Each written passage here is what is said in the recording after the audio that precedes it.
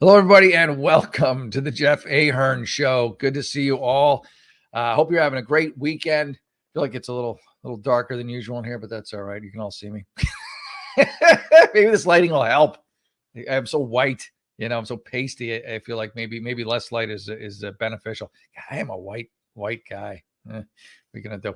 Anyway, I've got some good news, good announcement today.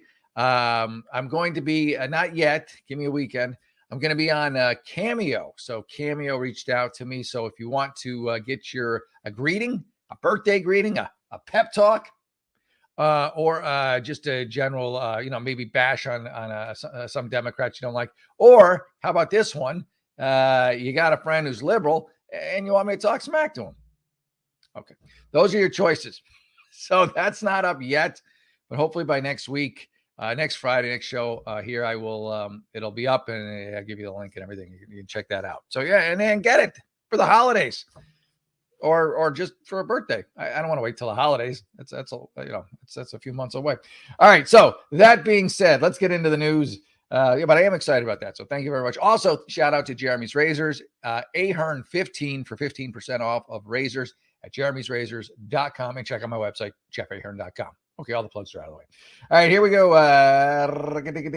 Fox News, Biden administration allies dismiss cocaine discovery as GOP fodder, political bull, and then S and then the dash T, which you can probably figure out what that is. Okay, Joe. Okay, Biden allies. Here's the thing. It can only be political fodder if you have a drug-addled son.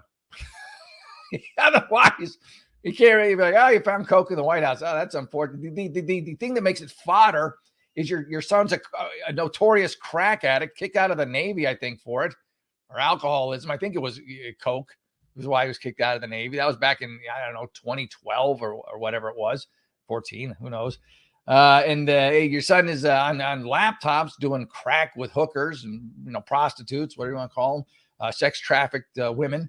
And he's exchanging, he's out, shilling you for bribes, for your influence, so without that, there's no fodder. You have fodder because you have you're insanely corrupt, Joe, and your son is your bag man. So therein is the fodder.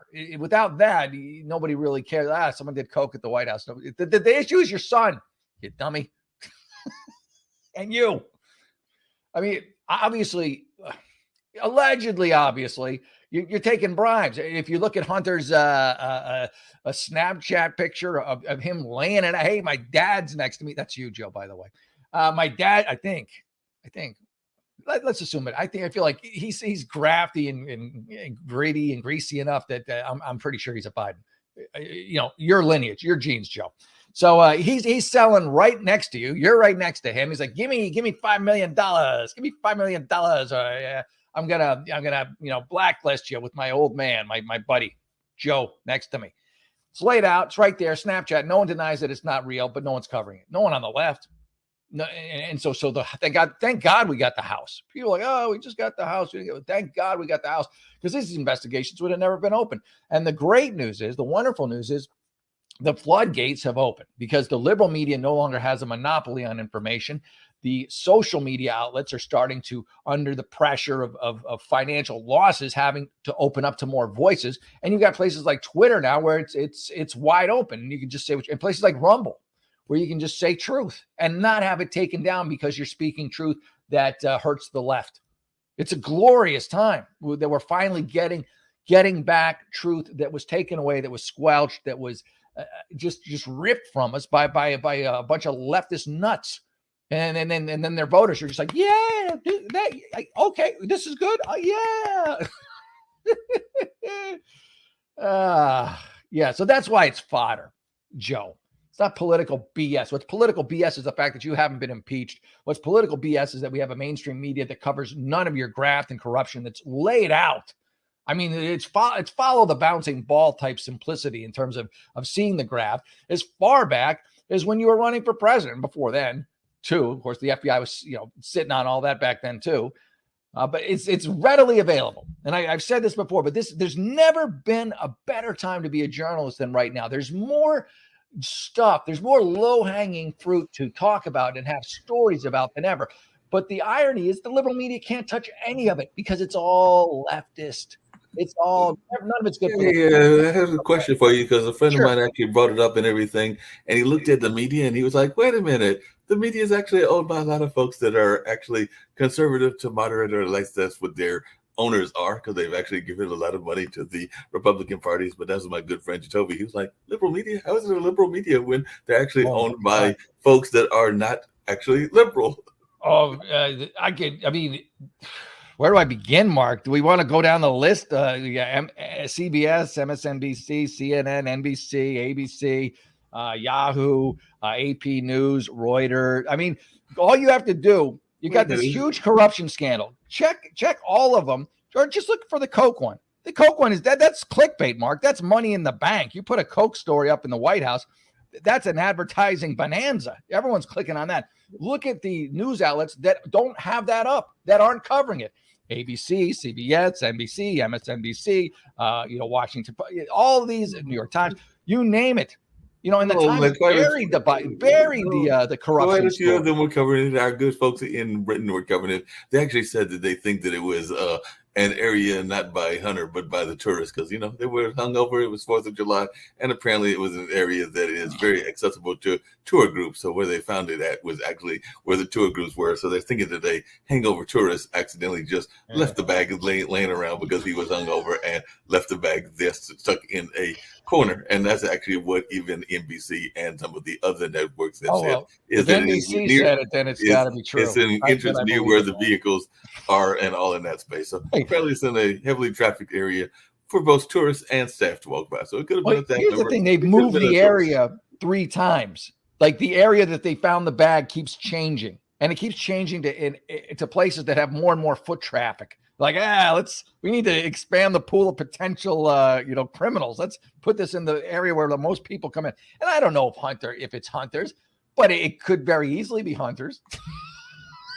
It doesn't have to be. It just happened to come by. It was high as a kite and decided to come by there and everything. I did have to teach you. You're describing Hunter Biden. You just described Hunter Biden. I had to teach you about something, though, because I have just come with a great idea. I think that all our listeners here on Pod TV would agree and everything. But before the show, we were looking at the various candidates, and we were at an even 12 in the Republican Party. I think we need to go for the baker's dozen, make it an even 13. So go ahead, Jeff, and declare your candidacy. You will be the 13th candidate. Go ahead and declare the candidacy and make you the 13th candidate, because I think that y'all just need an even 13 candidates, a baker's dozen. So let's go with the baker's dozen. I need you to hear that you are declaring for the presidency here on the Republican Party right now, and then we will have. All right, hell yeah. I'll take it. I can use the PR. I am declaring my candidacy for the presidency of the United States for the Republican Party. And I feel like I might do better than Christie. I think I might pull more votes. Chris Christie. You actually may pull more votes and everything. You're going to love this one, and I have to teach you about this as well, because apparently there is speaking of the press, there is a press person that one of the candidates has soured on because, are you ready for this? They said that she is too Trumpy. So apparently Trump has soured on Carrie Lake because she's too Trumpy. Wait a minute. How can you be too much like I had not heard that. So you're saying that Trump... that a reporter said that Trump has soured on Carrie Lake because she's too. All right, well, yeah. I'm not buying that. I think if she's very pro-Trump, I think Trump is very pro her. It's just like I said, she was a TV news anchor turned Arizona gubernatorial candidate, and she claims in Trumpy fashion that she lost the 22 election because she was a victim of election fraud. So she has repeatedly landed herself on the short list for Trump's 2024 running mates, thanks to her slavish display of definitely MAGA kind of things and definitely a lot of other things. But now several Trump aides are telling the Daily Beast that he is souring on the idea of her being the vice president. She's a shameless, ruthless demagogue who wants power and will do whatever she wants to get it, is what a Trump advisor told the Daily Beast. The advisor added in recent months, Trump has been less enthusiastic about Lake himself. So apparently, while he used to be really in love with her, now he's feeling that she's a spotlight now. So definitely, most politicians spotlight hounds. I thought that was that's the whole point of being a politician. You're attention whore. I thought that was the job of being a politician. I don't care whether you were on the left or the right. I thought the job of a politician was to to wave your hands and say, "Look at me, I'm here." Yep. It's a power. It's the ultimate power position. Yeah, I mean it attracts a certain type of person. I mean, you need it. You got to have that kind of a person to be able to handle the job in the first place. But yeah. So I mean, I don't know. Maybe Trump's sour on it, maybe he isn't. But I don't. The Daily Beast is not. It's for me is not the. I'd have to fact check that story a lot. Maybe he's souring on her, maybe he isn't. It's possible. I don't know who his running mate's going to be, but he's going to look at. I would assume I don't know. Trump's going to do whatever Trump wants to do, but logically, you would look at who's going to pull you votes, who might get you a state that you need to win. Something like that. Pull a governor out of a state, out of a swing state, or someone at least popular who can pull a swing state your way. I have a novel idea for you, and you're going to love this one. I mentioned to you, and he is popular in certain camps, and he is definitely popular in various kinds of attitudes, and some of the things people enjoy, some of the people things don't enjoy. But how about this for your ticket? By Trump West. So West is the third party candidate, Cornel West, and he definitely has some draw and all in that space. So how about a Trump West candidacy and all along those?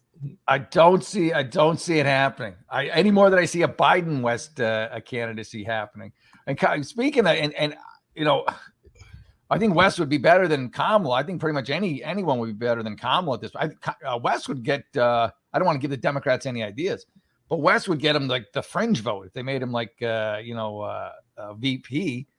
Kamala's out with more word salads. I didn't have a chance to really look at it. I just saw briefly, and she's just like making no sense again, like she always does, and then laughing at the end of it.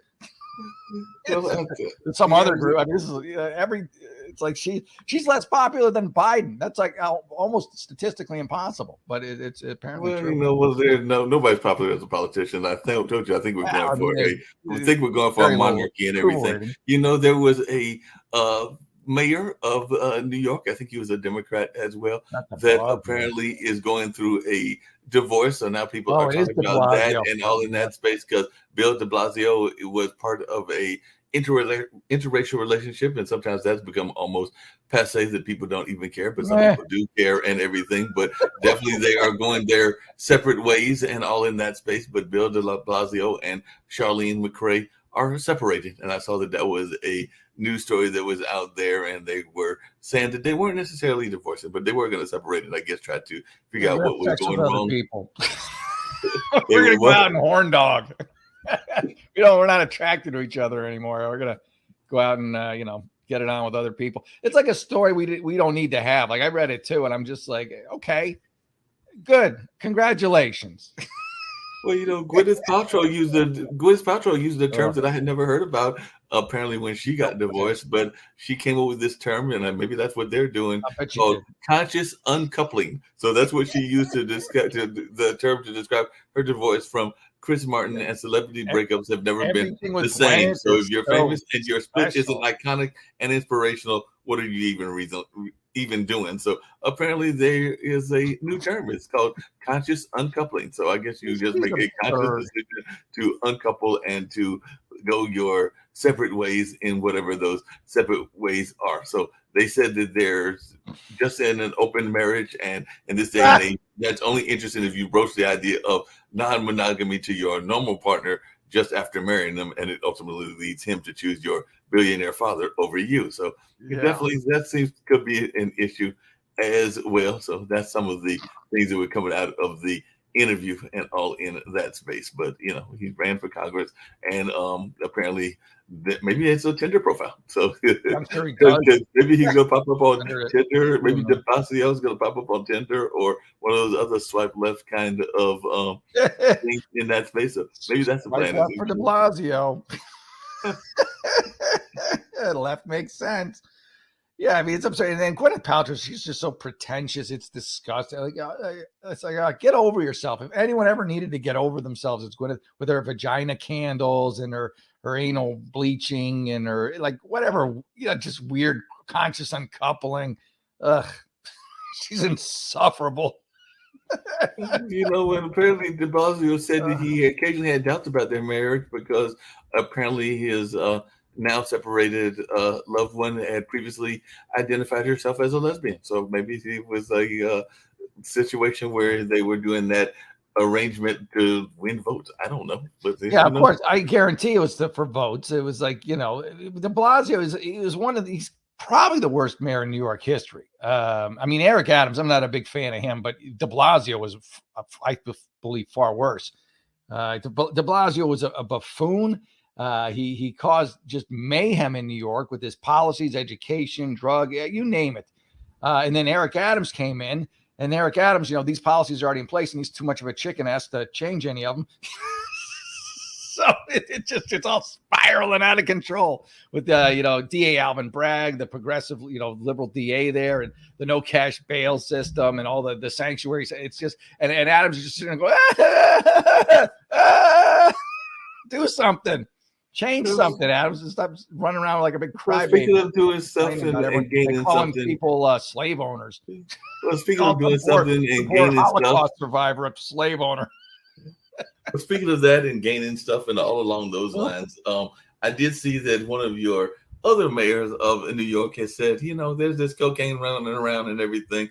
I've investigated a lot of other things. I've been in the federal government. I've served under Trump. I've done a number of other things. So if you want me to, I will investigate for you. So apparently Giuliani has said that he will investigate the cocaine if folks will just call him in to be the investigator. So you ready for the Giuliani cocaine investigation? Because he said that, look, I'm willing to come in there and investigate and see what the core issues is and what's going on here and come to the bottom of this. Giuliani needs to drift off. He needs to go away. He's a disaster. I mean, I thought he was an amazing mayor. When he was mayor of New York, outstanding, great job, terrific, bravo. But since then, the cracks have started to show themselves.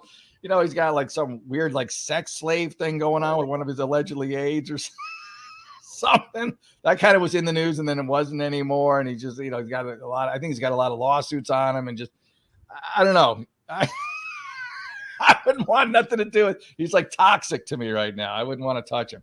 But at the time, give credit where credit is due. Great mayor in New York. He was terrific. He really fixed things there.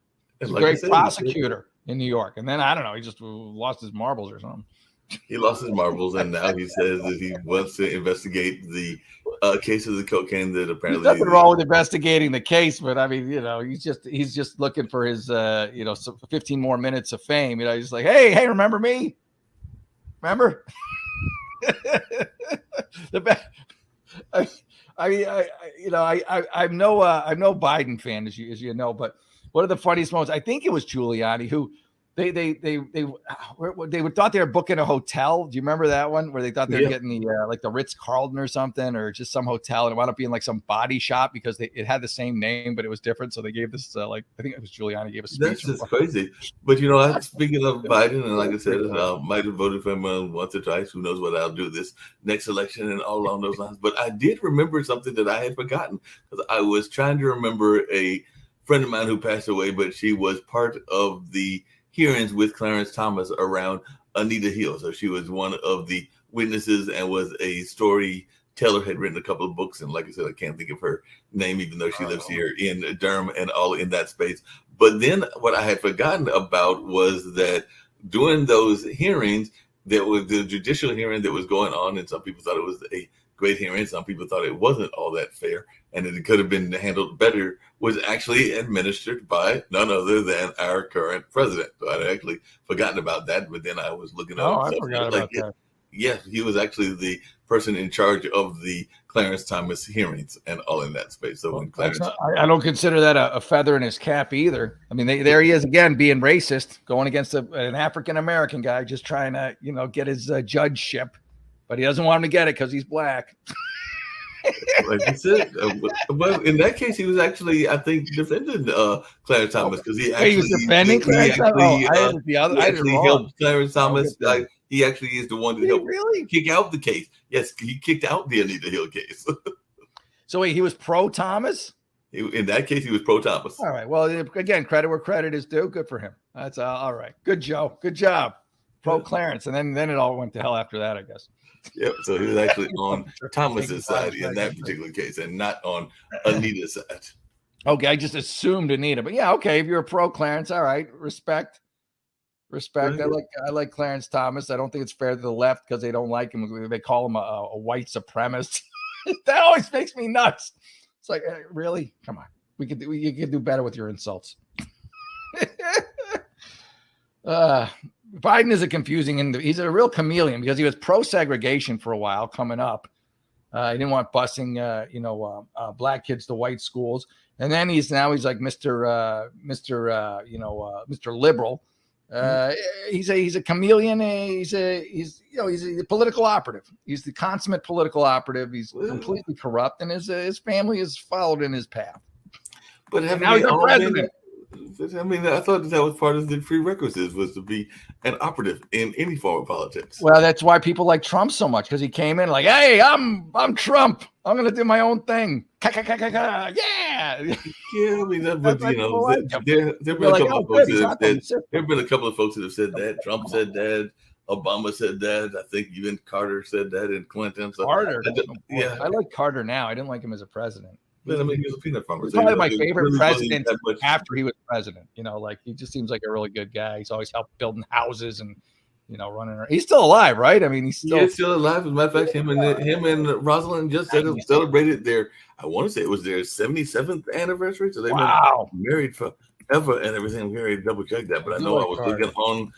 They were talking about this. Yeah, here in July, this is their 75th anniversary. I'll tell you the exact date and everything. But yes, it's early today. Jimmy and Rosalind Carter marked their 77th wedding anniversary at home in Plains, Georgia. So they have been married for 77 years. So they got married 77 years ago. That would have been 1946. So they have definitely been out there for a while. And today, literally today, is their 77th wedding anniversary. So wow, good timing. That was that was his shtick. He's the peanut farmer from Georgia. He's a Georgia peanut farmer. Yep. Not a great president, but a good dude. Solid dude. He's a solid guy, solid person, and all in that way and everything. And so people have their different aspects of what they do and everything. I was not the fan of everything, but there were some things that Reagan did when he was alive that I thought were Reagan great and everything. But I thought he was a really good actor. He was a great actor. Him and Bonzo or whatever. I never saw any of his films. Yeah, he had the westerns and all along those lines. Westerns, that's true. Yeah, he was a western kind of guy. So I love Reagan. I love Reagan. He was by far my favorite president, hands down. 80s were, I think, the best. I mean, the excess of the 80s was nutty. But it was my favorite decade as a human that I've existed in. It was an awesome time in the 80s. Man, let me tell you, that's one about the 80s. Like, that was the best. I loved it. The 80s was the greatest. There was that whole Me Generation Wall Street kind of thing and all in that space that you guys kind of alluded to.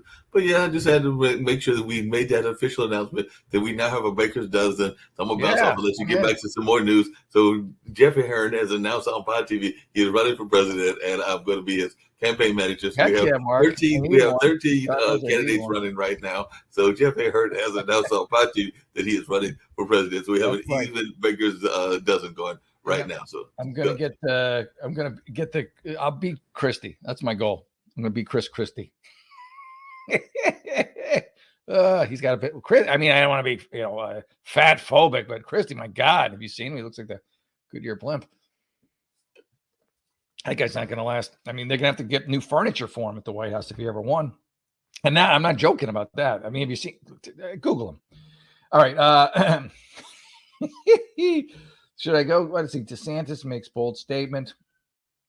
What's his bold statement? Do I want to click on it? Yeah, I'll click on it. Oh, I'll click on that and then I'll do the next one. Let me see.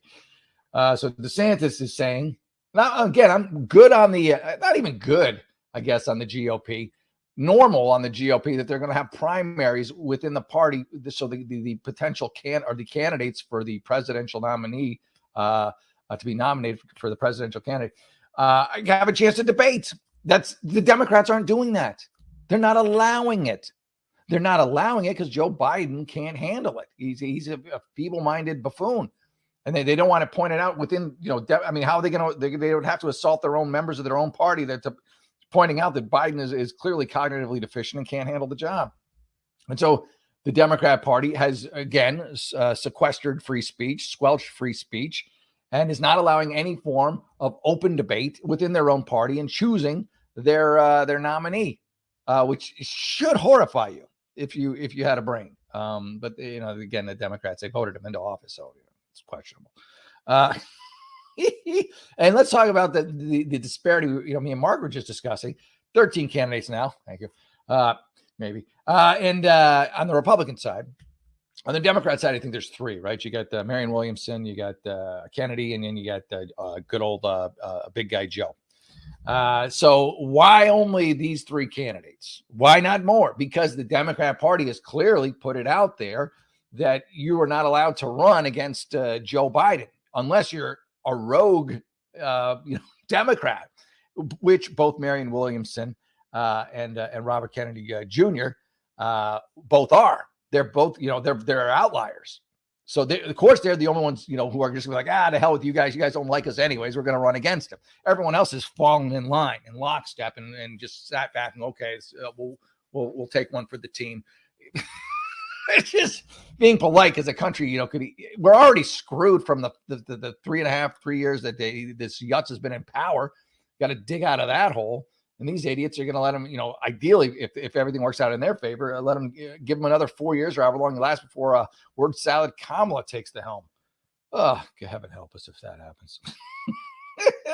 Back to DeSantis. DeSantis, and I'm a big DeSantis fan. DeSantis commits to first GOP presidential primary debate, regardless of Trump participation, as you said. And I cannot imagine that Trump would not participate. I just don't see that happening. I mean, Trump, he could threaten that he won't participate, but I don't see him not participating. I think it would be a mistake. But again, Trump does his own thing. So you try to apply your own thought process, but Trump does what he wants to do, and it seems to work very well for him. So good that the debate will happen, and I would almost guarantee Trump will be involved in it. I can't see any scenario where he wouldn't be. Just crazy. So getting back to Dems and their lust for bringing this country down at all costs, it seems. They now want to make it legal. And this, they want everybody to be able to vote, everybody that they can control, everybody who has it, they feel is easily manipulated. So, of course, they want young kids to vote. They want 16-year-olds to vote. Those are gimme votes for Democrats. If you in a liberal area or a close area, these kids have been indoctrinated in these Democrat schools for their whole lives. So they instantly hate Republicans. They're incapable of free thought, of logic, of reason, because that's what the Democrat-controlled school boards have this squashed out of them. And so, these are gimme votes, and they need them because more and more people who are developing cognitive abilities are realizing what a disaster the Democrat Party has been for them. So they want 16-year-olds. I think it's in Massachusetts. To be able to vote. And of course, they want illegals to be able to vote too, because that's the whole reason for the wide open border. Make no mistake about it. It's not Biden's just like, oh yeah, everybody come in, let's love each other. No. Everybody come in and vote Democrat. That's the deal. So everybody going to come in, and then, especially in these liberal cities, areas that, are getting less liberal by the day because people are just like, even the liberals are like, oh, this is a nightmare. My friend got stabbed. The 911 hold times are off the charts. The cost of living is high. You name it. It's bad. It's in a liberal city. So they need these new influx of voters to dupes to vote Democrat in the next election in order so they can maintain power. So this massive voter drive, and with it, fentanyl and sex trafficking and everything is coming across the border. And they want to make everybody a citizen, and they want everybody, the younger, the better, to be able to vote. If they could, they would probably lower the age or restrict the age. If you're like over, say, 60, 65, you wouldn't be able to vote because you probably would vote Republican. You've got wisdom, ideally. You've lived your life. You've seen what communism and socialism done. You may have even fought in a war to prevent it. So you realize the dangers of the left. So they wouldn't want you to vote. They want some dopey kid who they've been, telling to hate Trump for his whole school career to vote Democrat in the next election. Duh. All right, let's talk about what's going on in the New York Post. It's sad. I usually don't do the sad stories because they're sad. Let's be upbeat. But yeah, so mom of a CVS worker charged with murder and fatal stabbing of serial shoplifter. He said acted in self-defense. So you got a serial shoplifter, there'll be a court case and they'll figure out what happened. But serial shoplifter, that alone should be a trigger. Should be something that you would be serial. Really? Why? How is that possible? Why would a person who shoplifts be able to continue shoplifting? Because it's New York. Because it's a liberal city. Because there is no consequence for shoplifting. There isn't. That's why people keep doing it. That's why more people keep doing it. It's why stores keep closing. Go to San Francisco. You've got the downtown area decimated. Stores can't stay open. Nordstrom, Target's got everything locked up. CVS is closed. The Westfield Mall, the biggest mall, that just closed. Old Navy's gone. I mean, it's a long list. Not even counting the mom and pop shops, Whole Foods. They can't stay in business because people just come and steal everything and leave. If you have a business model where customers need to pay for your goods and services for you to stay in business, you can't succeed in San Francisco. You can't stay in business. You just watch all your merchandise walk out the door and I guess sit there and smile. What else are you going to do? So this is the liberal utopia. Now, why would people do that? Because they get away with it, because there's no consequences for it, because store policies prohibit employees from stopping them, because store policies prohibit employees from even calling the police, because store policies prohibit them from even filming them. A guy just got fired. I think it was in California, probably, but it could have been any liberal crap city. He worked at the store as a supermarket, but the guys are stealing laundry detergent, like $500 worth of laundry detergent. They're very casual about it. They put it in their car and they walk it out to the car.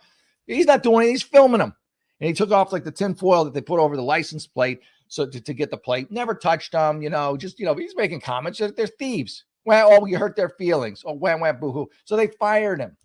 Now, meanwhile, because of the video, the police actually were able to catch the shoplifters, although big deal. It's California. That's like a misdemeanor ticket. In California, because of in Los Angeles and San Francisco, places like that, they have something called Prop 47, which means if you steal up to $950 worth of goods, it's a misdemeanor crime. It was lowered from a felony to a misdemeanor. So, of course, it's a ticket. It's like a parking ticket. You're not going to jail. You probably won't even get the ticket. The only reason the cops went after this guy was because it became a big news story.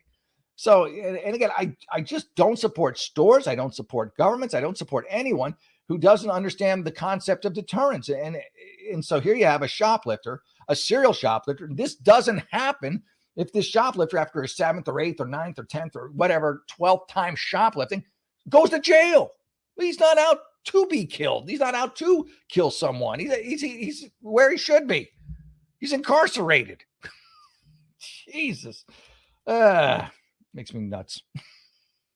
The Britney Spears backhand thing. That's messed up. Britney Spears, in case you didn't know, went up to a guy named Victor. He's an NBA guy, or will be. Victor again, he's newer. I don't know how to say his name. Wembanyama. And asked for an autograph. I didn't ask. Actually, she grabbed his back and tap, or whatever, trying to get his autograph, his attention. So the security guard, big dude, bang, backhand, knocks her to the ground. Like, what the hell? Look at is this really a big threat? The Britney Spears sized woman just like, hey, I mean, this is what happened. He's a very popular guy. This must happen constantly. And you're just going to backhand her? What the hell's the matter with you? And the NBA stars like, oh, he's on his security team side, probably because he doesn't want to get sued, but I hope he does because of his response. His response should have been, oh my God, this is terrible. I'm going to fire the security team. There's no excuse for this. His response is, well, she was trying to grab at me. Shut up. You're a 7'7" dude. It's Britney Spears. I don't know. Was she 5'4"? I don't know. You really? You're in imminent danger that your nut security team had a cracker in the head. Jeez, man. Yeah, not great way to enter the NBA, dude. Like, people just apologize. Be in the wrong, even if you're not directly in the wrong. Just, I am so sorry. Is it such a hard thing? For him, it is, and so now it's going to blow up and become this big thing. And good, jackass by relation. Hiring this, you're responsible for your people, man. Let's see. We keep rocking and rolling here. This crazy woman, racist, lunatic. I didn't see the whole thing. It just popped up. Too cruel for pool. The Post. I do love it. It's the punniest newspaper out there, and I do enjoy them. Bikini clad woman. Already you got my interest. I know that's terrible. Whatever. Bikini clad woman goes on racially charged rant against family at Colorado apartment complex, and she's been outed. And she's going to get canceled or whatever. I don't like racists. I hate racists. So I have no problem when they're getting canceled. I don't mind when people get. I don't want to say get canceled, but I don't mind when an actual racist suffers the consequences for being a racist. But just because you have a differing opinion from someone that doesn't jog with the leftist ideology and they're just like racist, no. I think differently than you do. Where everyone's individual. If we're all not in lockstep, unless you're a Democrat, and then you all have to be. That's why there's only 2 candidates running against Biden. Both of them are outlier rogues. Everyone else is dialed in. Nope, not on the program. Can't do that. Nope, no debate. Yeah, great idea. Let's not have any free speech within the party. Yep, Joe's our guy. Corrupt Joe. Corrupt Uncle Joe. But I'm digressing. So yeah, she's probably going to get fired, as she should, from her job. But again, these people who get canceled, you got it. I feel like you give everyone a second chance. So hopefully she gets her ass together. From the video, I don't think so, but I wish the best for everybody. I hope she has an epiphany, a come to Jesus moment, and she welcomes everybody into her heart. We'll see what happens. Megyn Kelly. I do love Megyn Kelly. I do enjoy her. Megyn Kelly, a twist knife in woke Disney. See, this is why I like her. Plus, she's incredibly attractive. Megyn Kelly, twist knife in woke Disney after it lost $900 million on box office flops. Yeah, because you get woke, go broke. It's simple. They woke it up, and these things tank and good, and so they're laying off people. Good. And the parks are way overpriced to begin with. So I have no problem with any of this. If you continue to follow the path of wokeness instead of the path of entertainment, the path of unity, then you should suffer the financial ramifications. Again, it's called consequences. Without consequences, you have the left. So yeah. So I don't know. Pick a movie. Pick a woke Disney film, and you'll like a Lightyear, whatever it was. That train wreck. Just any Disney or Pixar movie where people are making out, saying we don't need it. Just run the film. We don't need a lot of sex in the Disney in the G-rated the Pixar films. You're kissing, whatever. Entertain us. That's why we're not coming for woke lectures. Clearly, you're losing $900 million in box office. No one wants to see your crap woke lecture. Entertain us. Look at the Mario movie. Killed, destroyed, amazing, phenomenal. Why? Because it was goals to entertain kids. There was no agenda. There's no woke. You don't have to have a woke agenda. And if you do, good. You should lose money, dopes. just do your job. Entertain. Hey, Mark, how's it going? You froze, I think. There you are. Yes, again, I had to bring up an issue that I thought you would love getting a kick out of, and I actually saw the commercial. But speaking of a woke agenda and getting a reverse woke agenda and everything, apparently the 5 folks at Budweiser tried to clean up their act, and they ran an ad involving the Folds of Honor, which is a scholarship program for the United States Armed Forces. And already they are getting a lot of flack because I guess folks are still mad over the whole thing with Mulvaney. So they are definitely going on. And that happened on the July 4th ad where they are featuring members of the United States Armed Force discussing the educational scholarship program that they have called Folds of Honor. And apparently they said that they've been believing in this program for 13 years and that they were honoring what is going on and all in that space. But I'm sure it is a reaction to the earlier conversation. So sometimes if you try to do a makeup, then the folks don't always like the makeup because apparently there is folks that are disgusted at what happened on this 4th of July ad and all in that space, even though, like I said, it's a ad where it's a big football field and they're talking about how many scholarships they are giving to they haven't addressed the underlying issue. They have not apologized to their primary consumers, to their brand loyals. They refuse to apologize. So all this is seen as just another opportunity to apologize where they haven't. where they're digging in their heels and saying, no, we're never going to apologize. We're never going to. People are like, all right, we're just not going to drink your beer. You can come up with all these, sentimental Americana commercials you want. They what they need to do is say, hey, do a commercial where they fire their CEO and make that the commercial. Look what we're doing. They bring a camera and they fire him. And then he's like, what? Huh? You're fired. Get out of here. You did a terrible job. You never apologized. We want our loyal customers back. And then they bring in some American patriot-y guy come out to be the new woke CEO. And not woke CEO. Or they got the same problem. And then now they're like, all right, yeah, give me my Bud Light. Sales go back. Well, and you're gonna love this. You're gonna love this. We're actually gonna name the guy, but apparently on April 14th, Bud Light CEO Brendan Whitworth responded to the earlier controversy with the statement, "We never intended to be a part of a discussion that divides people. We are in the business of bringing people together over a beer." So I guess that's what they thought they were doing with this particular commercial, was bringing people together over a beer. There's and no this apology. There's never been an apology. He has never said sorry, and the horse has left the barn. It's well past time. He's got to go. They got to fire him, and even then, I don't know what help. But at this point, why the hell not? What do they got to lose?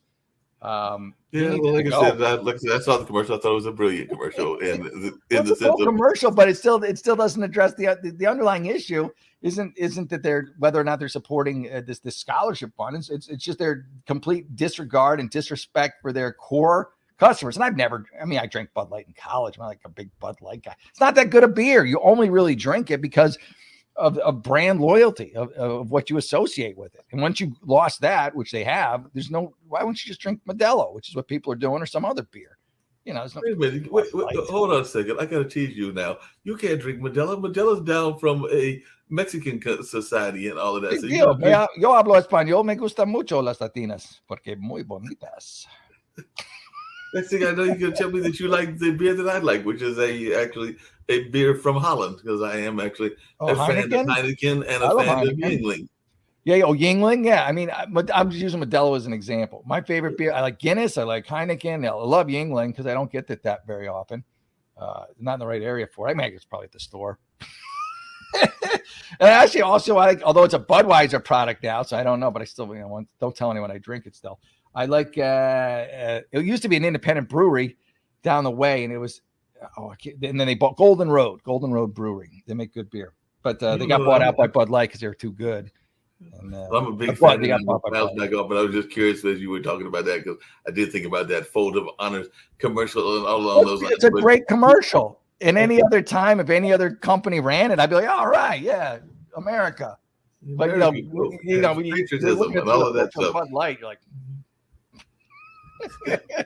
But we do need to give a shout out, and I'm going to let you go back to the rest of the news, but we got to give a shout out to the microbreweries. We do have several of them around here in North Carolina, and I'm a big fan of the microbreweries, and they do some amazing job both here on the East Coast and the West Coast and a number of other places as well. And sometimes they even are branded according to the communities, because I know there's one in Harlem called Harlem Brewer that Celeste Beatty has done, and there are a number of other great ones that are out here, including some that are even in this area, like Full Steam and some others that exist. So, and Ponosaurus. So there are some great microbreweries out there as well. So big shout out to the microbreweries. Yeah, I enjoy good beer, which is why I never drank Bud Light. I shouldn't say in college. I mean, if it was in a nice chest and I'm at a party, I'll grab it. But not anymore. Not anymore. All right, I'm almost done, but I want to just check out the dailymail.uk. It's always interesting. They usually have good stories there. They have like more in-depth stories, I find. I don't know. There's more information in them. Vanna White thinks Wheel of Fortune bosses have a lack of respect for her and believes she's replaceable. Well, you are, Vanna. I mean, you and Pat are a team. You've been there forever, but you're also like near Walker age, where you're going to have like a little thing with the tennis balls, and you go on, turn the letter, and then go back. They might have like a moving walkway for you, just slide you out, change the letter, slide you back. Vanna, we all age. You and Pat were a team. If you want to stay on, but don't make a big stink about, them not, giving you, employment for life. It's not a government job. Anyway, Vanna, she thinks there's a lack of respect for her, and she believes that they believe she's replaceable. Again, Vanna, you are. We are all replaceable. It's only your ego that makes you think you aren't. After hiring Ryan Seacrest as Pat's successor without consulting her. Well, Vanna, I don't think, here's a newsflash, Vanna. I don't think they want you to stay. I think they were kind of hoping when Pat left, you would too, and just retire gracefully. I don't know. You gotta have some hobbies, right? You gotta have some stuff. Go live your life. Go enjoy yourself. The wheel was great. How long do you want a job to last for? Dear God, Vanna, don't get so greedy. I mean, what would her hobbies be? Playing Scrabble? I mean, she was the letter turner for a number of years and everything, or maybe she's going to play. She could go to Scrabble games and turn the letters over for people. Like, she wouldn't play the game, but she would just be there to turn everybody's letters over. Like, keep sharp with her skills, with her skill set. Because Vanna, nobody else can, flip a letter around. And she doesn't even flip letters anymore. I think she just taps on them, and then someone on a computer, just presses a button. I haven't seen Wheel in a while, but I think that's how it works. It's been a minute since I've seen Wheel. I do occasionally watch Jeopardy and everything. It's been a minute since I've watched that as well. But yeah, her main job was to do the letters and to kind of like do the prices right, show the gift, whatever the gift was that was given and everything. So that was the job as the hostess. If you can call it a job, that's probably the best job anyone's ever had. Tap. Walk out, walk back. Get paid lots of money. Greatest job ever created. Get paid lots of money for doing it, because I think she had a pretty lucrative contract. Oh my God, her and Pat are mega millionaires. I mean, it's not like she wasn't getting paid before, and for nothing. They film those things. From what I understand, they film them all in like a very short period of time. They just kind of crunch them all together, and they knock them all out. And so then they film the whole season relatively quickly, and then they got the rest is just free time for them. They don't go to work every day. Free time, do whatever they want to and everything. Because isn't basically, like I said, it's been a minute since I watched Wheel of Fortune, but isn't Wheel of Fortune basically just a glorified Hangman? Because as I recall the game of Hangman, it's basically a glorified version of Hangman, isn't it? Yeah, you just pick the letters, and that's it. It's a Hangman. Whoever guesses it first wins. Yeah, basically it is. It's a glorified version of Hangman with some bells and whistles on it. Right. They got paid millions, if not billions. Millions. They get residuals. And I'm sure like they've had to work into their contracts when they're bought by Game Show Network, or they get money off of the purchase of they're loaded. Let it go. All those game shows are loaded, and definitely people have had to let go. Bob Barker had to let go of Price is Right, and a number of people have had to let go of a number of things. Alex Trebek had to let go of different things. Alex was great till the end. I always loved Alex, and I mean Vanna and Pat were. They were all great. I will say, I know this is off the topic of news, which you usually talk about, but I will say that on the game show, and I used to have it on my phone, one of the greatest games, because it was silly, and also it was just great when the thing would come out in the end and everything. But it was really fun watching and or playing Press Your Luck, because they would have that the whammies thing. The whammies. I love Press Your Luck. That was the best, because that was like old school game show with the big wheel, and then the little guy would come out, like the little cartoony guy, the whammy. That was great. I love that show. Yes, I love that show, and I also loved Family Feud, just because some of those feuds would be quite hilarious, because they would be sitting there arguing with each other over whatever they were trying to decide and everything. And Steve Harvey is his. I took it to a new level for me, because he's so funny. He makes he's roasted. He roasts everybody. Like Richard Dawson would kiss everybody and hug and squeeze, and grab them inappropriately. Steve Harvey just tears people up. So I still watch the clips. Like I'll see Steve Harvey, like someone get the stupid answer, and Steve Harvey's just like, get away from here. Get away from here. It was a great show. Just like I remember back in the day, and I'm going to bounce off again, the Let's Make a Deal. But that was also fun, because people would do some very silly things in order to get the deal. So they would the absurdity of the audience. Yeah, the costumes. Yeah, I mean, it was comedy. It was just was totally comedy. And it was, even had sitcoms that played into it. Like I think there was a I Love Lucy episode, and maybe even an episode with Happy Days and a couple of other shows that featured that as a backdrop. I got to go too, but as a tie-in, I've been on 2 game shows. I was on the Gong Show, not the Chuck Berry version, or Chuck Barris version, but the more recent one. And then I was on Mental Samurai with Rob Lowe, and I actually won $10,000. So that was cool. And then I got beat by a guy who married his cat. He married his cat? That was his shtick.